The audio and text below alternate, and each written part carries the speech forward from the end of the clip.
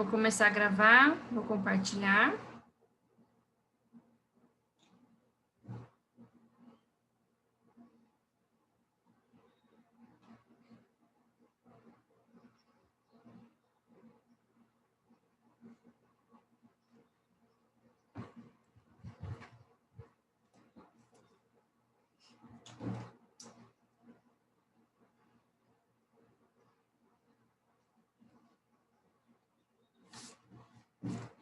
E como eu havia dito, eu ia começar a fazer a revisão hoje, né?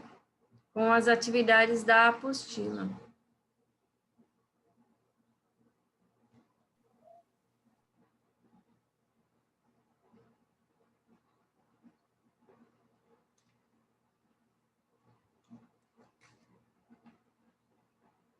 Então, a nossa revisão começa aqui, né? Principais ameaças à biodiversidade.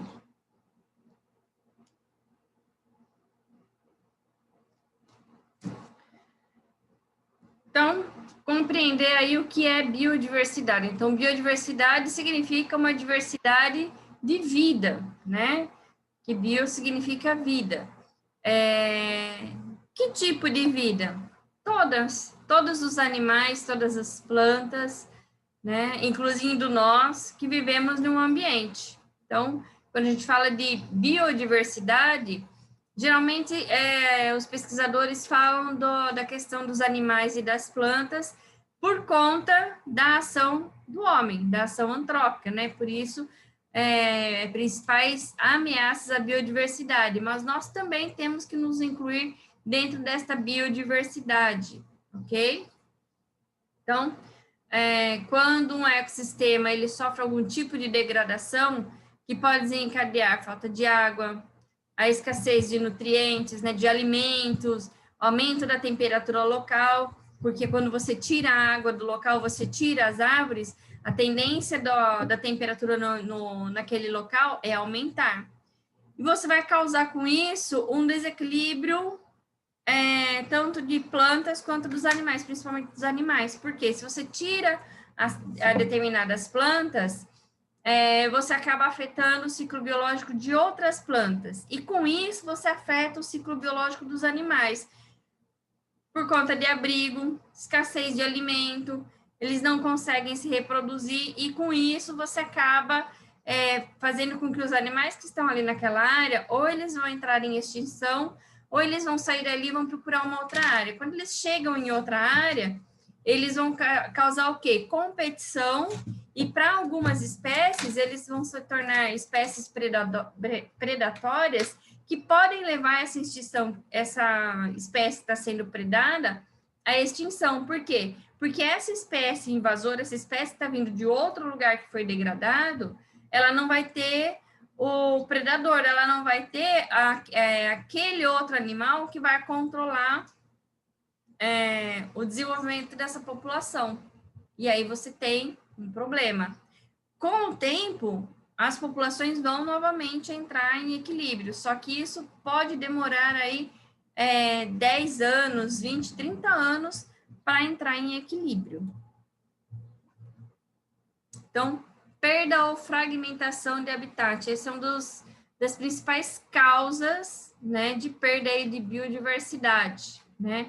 E por que acontece essa fragmentação de habitat? Primeiro, o desmatamento para a expansão de agricultura e pecuária, né? Mas, professora, já não existem essas áreas? Por que precisa de expandir? Porque o que acontece? Eu tenho uma área onde eu tenho ali uma criação de gado, né? Vou interromper esse compartilhamento aqui. Deixa eu ver aqui se eu consigo abrir um arquivo do Word. Pode ser este.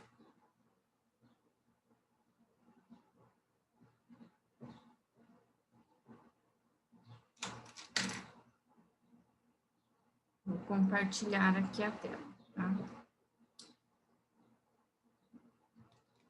Então, olha só. Eu tenho aqui, então, né?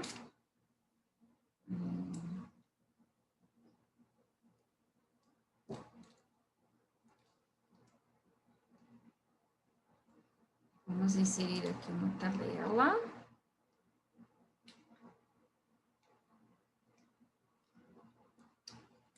Não, não é isso que eu quero.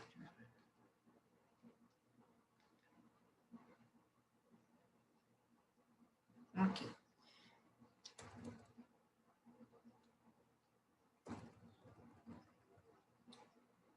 Então, olha só. Eu tenho essa área aqui, certo? É a minha propriedade, é essa área aqui. E eu vou dividir essa minha área em 4 partes, ok? E aí eu tenho um vizinho que também tem uma área aí de pastagem. Então, olha só, o meu vizinho, ele vai usar toda essa área aqui e vai deixar o gado vivendo solto, ocupando toda essa área. O que vai acontecer aqui? Conforme vai passando o tempo, as minhas vaquinhas, né, o meu boizinho que vai ficar nessa área, além deles, o capim que está aqui, como são animais de grande porte, são animais que pesam aí toneladas, né? O que acontece? De tanto pisar aqui, eles vão fazer o que a gente chama de compactação do solo. E aí o que acontece? Para de crescer grama aqui. E aí o que vai acontecer? Se não cresce aqui o capim para o meu gado se alimentar, eu posso continuar utilizando essa área? Não. Aí o que eu vou fazer? Vou para um outro lugar, né? Vou desmatar outra área.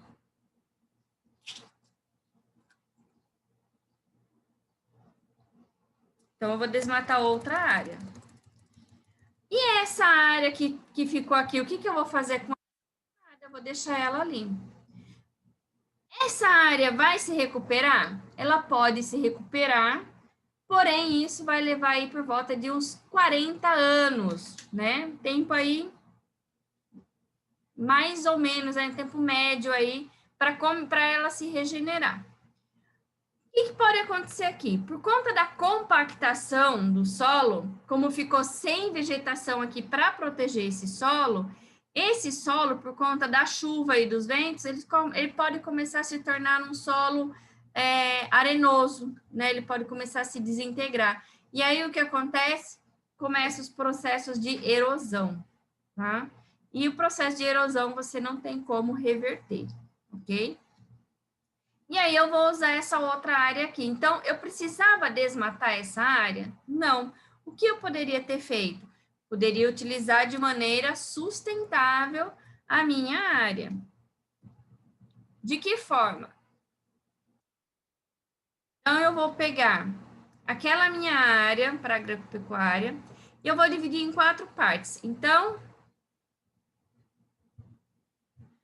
nessa primeira área, o meu gado vai ficar um tempo. Enquanto isso, aqui vai ter o desenvolvimento do pasto, aqui e aqui. Então, ele vai ficar aqui uns 3 meses, né? Comeu. Depois desse período, eu vou tirar o meu gado daqui e vou colocar ele nessa outra área. Enquanto ele fica nessa área, essa outra aqui, eu vou fazer com que eu posso, por exemplo, fazer uma plantação aqui de soja, né? Para recuperar os nutrientes do solo, né? Então, eu vou dar um tempo para essa área aqui se recuperar. Então, vou ficar aqui mais uns 3 meses, por exemplo, nessa área. Depois, eu mudo meu gado para essa outra área. E essa área? Vou fazer a mesma coisa que eu fiz aqui. Aqui eu já colhi a soja, né? E vou deixar essa área aí descansando, vou plantar o capim para que aqui cresça o capim verdinho e forte. E aqui eu vou plantar, por exemplo, milho, né? Também vai aí fazer aí com a... vai devolver os nutrientes para o solo. Enquanto meu gado está aqui. Então, eu vou fazendo o quê? Uma rotação nesse ambiente. Dessa forma, eu vou fazer com que o meu solo não fique compactado e eu vou conseguir usar essa área, esse solo, por um período muito maior do que se eu estivesse utilizando uma área grande, né?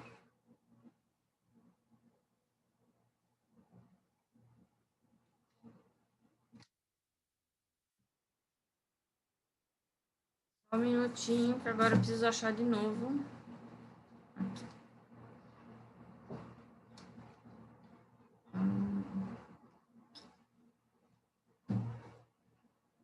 Né? Então, cada vez que você vai desmatar uma área, seja para pecuária ou para o plantio, né? Eu estou fazendo o quê? Eu estou fazendo uma fragmentação de um ambiente, né? E com isso, quem sai perdendo?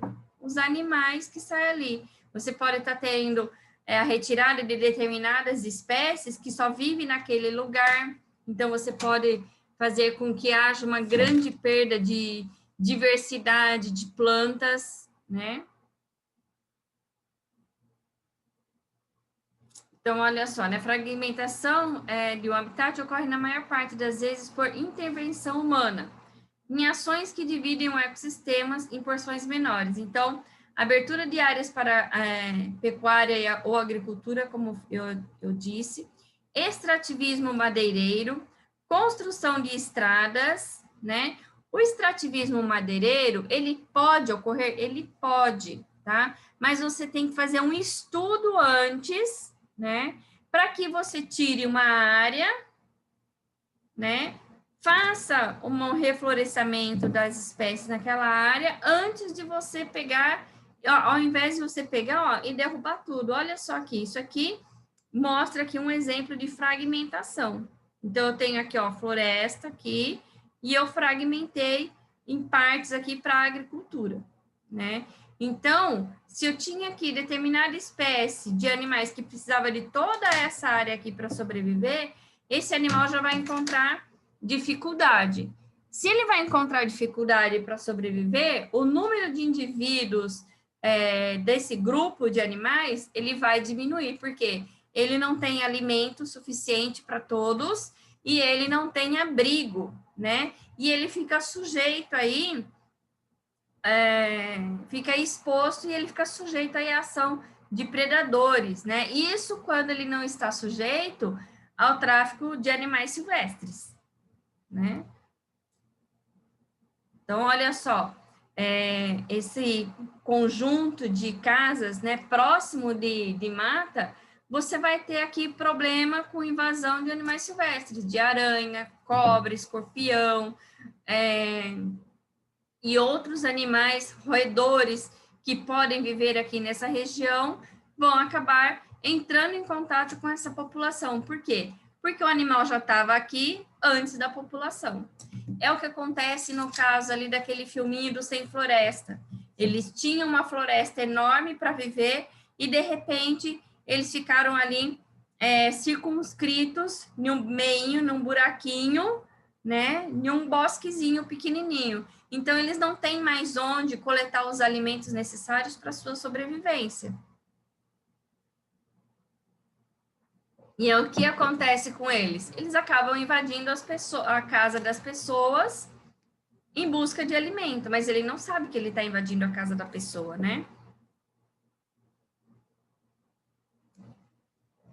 Só um minutinho que tá acabando aqui a bateria do meu computador. Liga ali para ti, fazendo favor.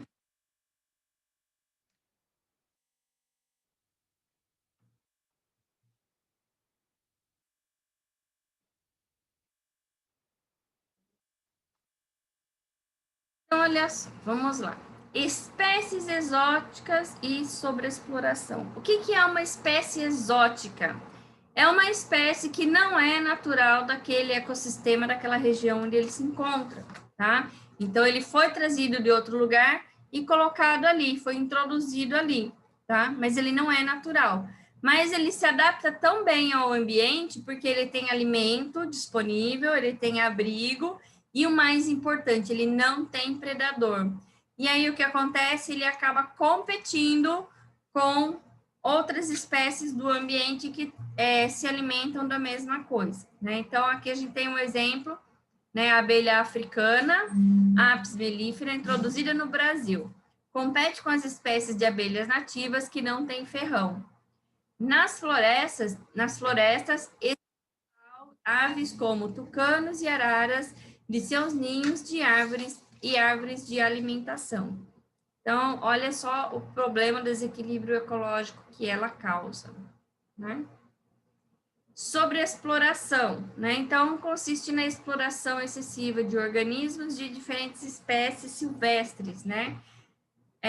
Isso não está só relacionado à planta, né? Pode estar relacionado também a determinados animais que são utilizados aí para a produção de determinados, por exemplo, o bicho da seda, que é utilizado para a produção de seda, né? Então, quando você é retirada em excesso de peixes, né, do rio ou do mar, retirada, por exemplo, do excesso aí de esponjas do mar, você pode causar aí um processo de extinção para aquelas espécies, né? Porque eles não conseguem se reproduzir em quantidade suficiente para repor aquela quantidade de elementos que foram retirados.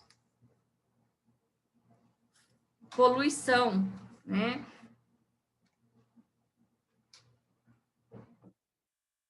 Ocorre principalmente pela poluição de esgoto, né? Mas, como eu já falei para vocês em outras aulas, né, jogar o papel no chão, a sacolinha, a garrafa PET, o pedaço de madeira, que vai parar no rio e que do rio vai parar no oceano, isso também é poluição. Isso também contribui aí para a diminuição de espécies aquáticas, espécies marinhas e também de espécies terrestres, porque tem... Dependendo de onde vai parar esse material, o bicho que está ali, ele vai comer e ele nem sabe que ele não pode comer aquilo, né? E ele acaba acontecendo o quê? Ele acaba morrendo por conta daquele material que foi jogado ali, ok? Uso de agrotóxicos, né? Então, você tem aí a utilização de agrotóxicos na agricultura. Mas já existe aí, por exemplo, o trabalho de rotação de cultura, né? E a utilização do adubo verde, que é através do processo de compostagem. Então, você não precisa necessariamente de utilizar agrotóxico, né?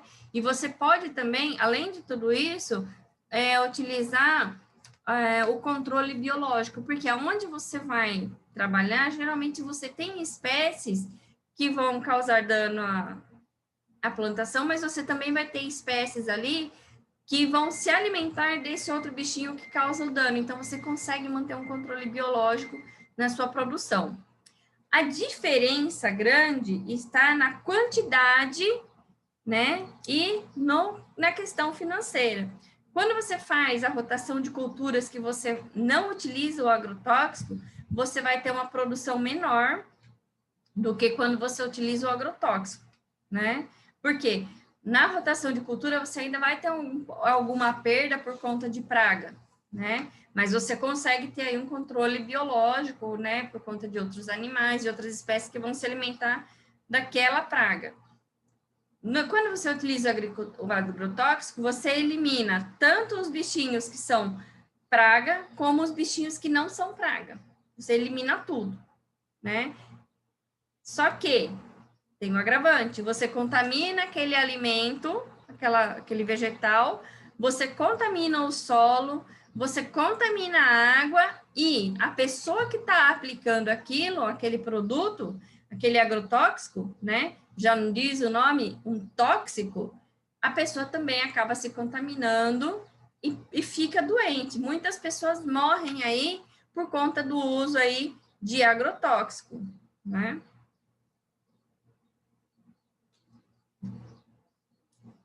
Mudanças climáticas. O que acontece aí com a mudança climática, né? Então, ó, efeito da diminuição da camada de ozônio, né? E o aumento do efeito estufa. O efeito estufa, ele é um fenômeno natural, tá? Ele não foi provocado pelo homem, pelo contrário, ele é natural. O que o homem fez foi intensificar o efeito estufa, tá? Então, quando o homem intensificou o efeito estufa por conta da eliminação de uma grande quantidade de substâncias tóxicas, né? O CO2, o gás metano, entre outros gases tóxicos que se acumulam na atmosfera, ele fez o quê? É como se ele tivesse colocado um cobertor num dia de verão. Então, o que acontece aí? Os raios solares, eles penetram, né, a nossa atmosfera, atravessa a camada de ozônio e atravessa aí o efeito estufa, tá? Quando ele passa pela camada de ozônio, ele é filtrado. Então, não passa toda a energia, toda aquela quantidade de raios, né, que vem. Diminui, né? Diminui aí um pouco a intensidade dessa energia. Quando essa energia chega no chão, ela é refletida. Quando ela é refletida, uma parte fica presa aqui na atmosfera e uma parte sai. Porém, com o aumento do efeito estufa, uma quantidade muito maior de energia acaba ficando presa, né? Dentro aí dessa camada da atmosfera. E com isso faz com que a temperatura do ambiente fique maior. É isso que a gente chama aí de aquecimento global. Por quê? Esse aquecimento vai acontecer só lá no Ártico? Não, ele acontece no planeta inteiro, né? Em todo o planeta vai acontecer esse aquecimento. E com esse aquecimento, o que vai acontecer? Secas extremas, derretimento do polo, né? Olha aqui também, né? Desertificação, ondas de calor. E isso prejudica quem? Todos os seres vivos, inclusive nós, seres humanos, né? Quando você tem uma diminuição da camada de ozônio, você tem aí o quê, né?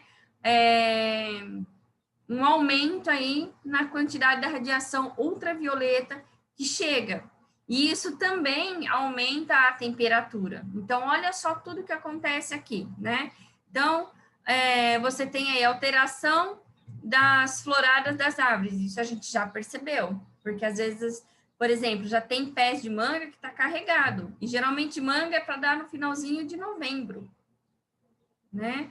As floradas de laranjeira, manga você encontra aí praticamente o ano inteiro, e geralmente ela deveria ser uma fruta só do verão. Então, fica toda bagunçada aí. O morango, por exemplo, geralmente a gente começava a encontrar morango no período de maio a julho. Agora você encontra de julho a agosto, né? Então, olha só como tá bagunçado. As flores, né? Primavera, nós estamos aí em outubro, mas tem um monte de planta que está começando a surgir as floradas agora, né? E geralmente, e as flores você encontra o quê? Tem plantas que tá abrindo em janeiro, em fevereiro, maio, e geralmente quando a gente chama um período de primavera, é o período aí que a maioria das flores florescem, e tá tudo bagunçado. Modificando o período de produção de frutos que servem de alimento para os animais. Então, a dieta dos animais também acaba ficando bagunçada. Declínio da população de anfíbio, porque fica mais quente, aonde você tinha o brejo seca, se seca o brejo, onde é que o sapo vai pôr os ovinhos dele? Não tem onde ele colocar, porque está seco. Então, se morreu o sapinho, ele não conseguiu se reproduzir, não tem novos sapinhos, não tem descendentes. Animais sensíveis à umidade dos ambientes e à radiação ultravioleta. Morte de algas microscópicas. Essa morte de algas microscópicas é bastante preocupante. Por quê? Porque elas servem de alimento para muitas espécies de peixes. Se não tem o que eles comer, eles morrem de fome. Se o peixe morre de fome, o pescador não tem o que pescar, não tem o que levar para casa. Não tem como se alimentar. Então, olha só o desequilíbrio que a gente causa e atinge nós mesmos. Base das teias alimentares oceânicas, né, como eu acabei de falar, devido ao aumento da temperatura da água.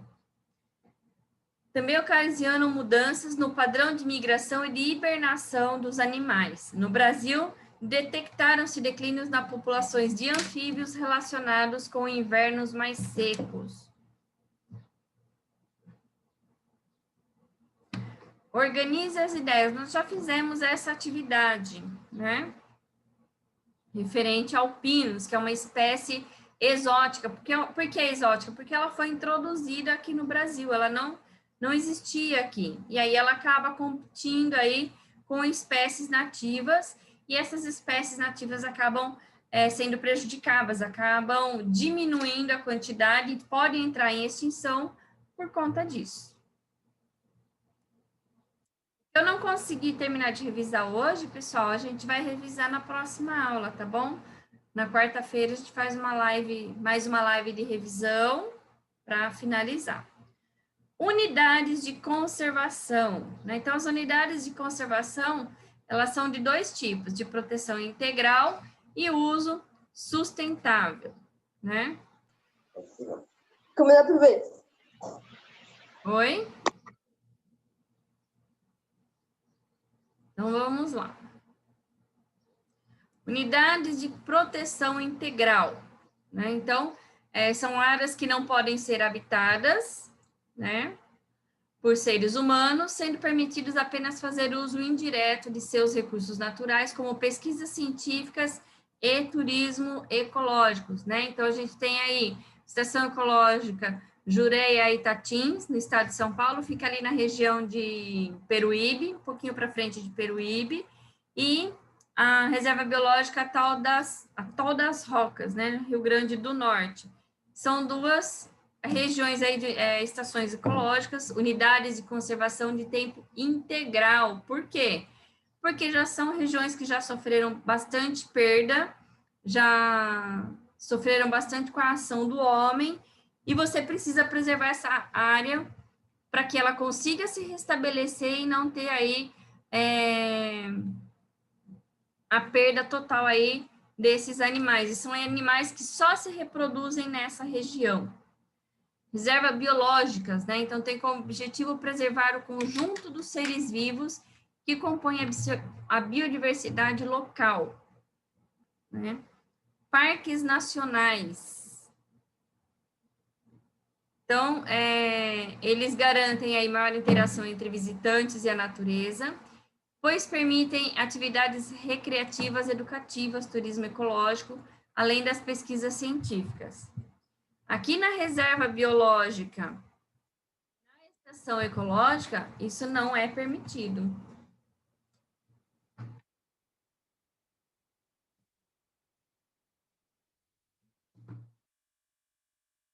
Opa, aí, estava acabando a minha bateria.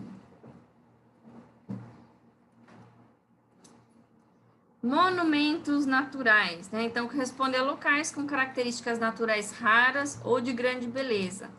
Nesses locais é permitida a visita turística para contemplação, mas são necessários cuidados e controle para a preservação do local. Então, por exemplo, você vai passear aqui, ó, né, no Rio dos Frades, Porto Seguro, Bahia. Você pode jogar uma bituca de cigarro aqui? De jeito nenhum, você pode ir preso, né, porque é um crime ambiental, né, e principalmente nessas regiões aqui. Então, pode levar, vamos levar um lanchinho enquanto a gente passeia pelo rio. Não, você não pode levar o lanchinho. Você come antes ou você come depois, mas você não pode comer por aqui. Por quê? Porque você não pode deixar cair nenhuma migalhinha de pão aqui, nada, né? Por quê? Porque é um monumento natural, você tem que preservar a área. Né? Olha só aqui, ó, falésia, né? Olha que bonito aqui, né? Então, não pode poluir o local. Os refúgios de vida silvestre são criados com a intenção de proteger ambientes naturais que permitem a reprodução de espécies locais ou migratória. A visitação pública deve seguir normas que são estabelecidas em cada local, como eu acabei de falar, né? Então, você não pode levar comida, não pode levar lanche, não pode levar nada, né? Mesma coisa para Fernando de Noronha. Eu sei que lá, além de ter um acesso restrito, é caríssimo para ir lá, eles já justamente deixam um valor caro para ir, que é para limitar mesmo, né, a quantidade de pessoas, Você não pode ficar por muito tempo lá, tem o período, certo? E você, quem vai ficar lá, por exemplo, um mês, deixa lá uma pequena fortuna, porque é muito caro. E todo esse dinheiro é revertido aí para os cuidados ali da manutenção de Fernando de Noronha, né? Que é um lugar belíssimo e tem muitas espécies de peixes, de animais que se reproduzem ali. Então, se você levar um grão de areia para lá, esse grão de areia que você levou, você tem que trazer de volta. Se você levou 5 pacotinhos de bolacha, as 5 embalagens você tem que trazer, completinha. Não pode deixar nem um fiapinho lá.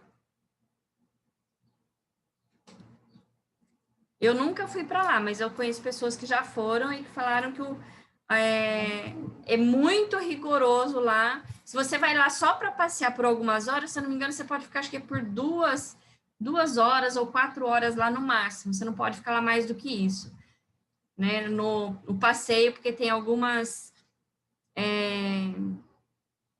eu não sei qual que é a cidade ali que fica mais próxima, qual estado que fica mais próximo, que você tem embarcação que vai, leva para você fazer o passeio e traz de volta, né, para o continente. Unidades de conservação de uso sustentável, né? Então, é permitida a presença de moradores e um de seus objetivos é desenvolver a conservação da natureza associada ao uso sustentável dos recursos naturais, desde que essas atividades não prejudiquem as espécies nativas do ambiente a longo prazo, né? Então, você tem, né, áreas de proteção ambiental, né, que são áreas extensas e que podem apresentar comunidades em seu interior. E ali essas comunidades, essas populações, elas recebem treinamento, elas recebem auxílio do governo para que elas possam contribuir com a preservação do ambiente, né, e fazer aí um uso sustentável dos recursos disponíveis, né.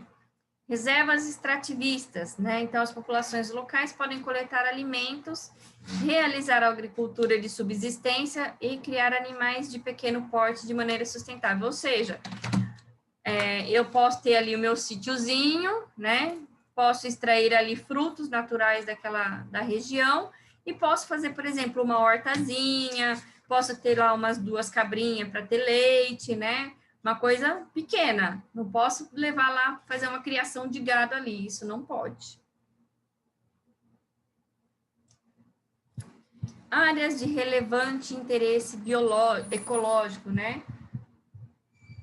No caso aqui a gente tem, né, o Vale dos Dinossauros na Paraíba, né? Então, parece até que é um local abandonado, né? Mas não é que é abandonado, né? Você, para ir nesse lugar, você não pode pisar aqui, você não pode passear aqui, você pode vir aqui, ó. Aqui é o local que você vem para observar as pegadas aqui que foram deixadas pelos dinossauros. Mas tem muita gente que vai para essas áreas e querem levar um pedacinho da rocha, querem, né? Ah, vou deixar meu nome escrito. Isso é uma predação, né? Então, não deve ser feito. Tem pessoas que vão para esses locais para fazer contrabando, né? Eles roubam, né? Eles retiram dali os fósseis e vendem. Então, muitas pesquisas arqueológicas de espécies de animais que viveram no Brasil, muitas a gente tem aí dificuldade de trabalhar. Por quê? Porque muita coisa já foi vendida para o exterior. Às vezes não vende nem para museu, às vezes vende para colecionador, né? Ah, eu gosto de fóssil de peixe, então vou colecionar fóssil de peixe. Não quero nem saber que peixe que é, qual a importância que tem para os estudos de evolução, nem me importa. Lembra que a gente estudou lá no Darwin, que ele fez estudos de fósseis para compreender aí a evolução dos animais? Quando você tira um fóssil de um lugar, um fóssil que não foi estudado, você perde essa característica, né? Pessoal, vou parar por aqui.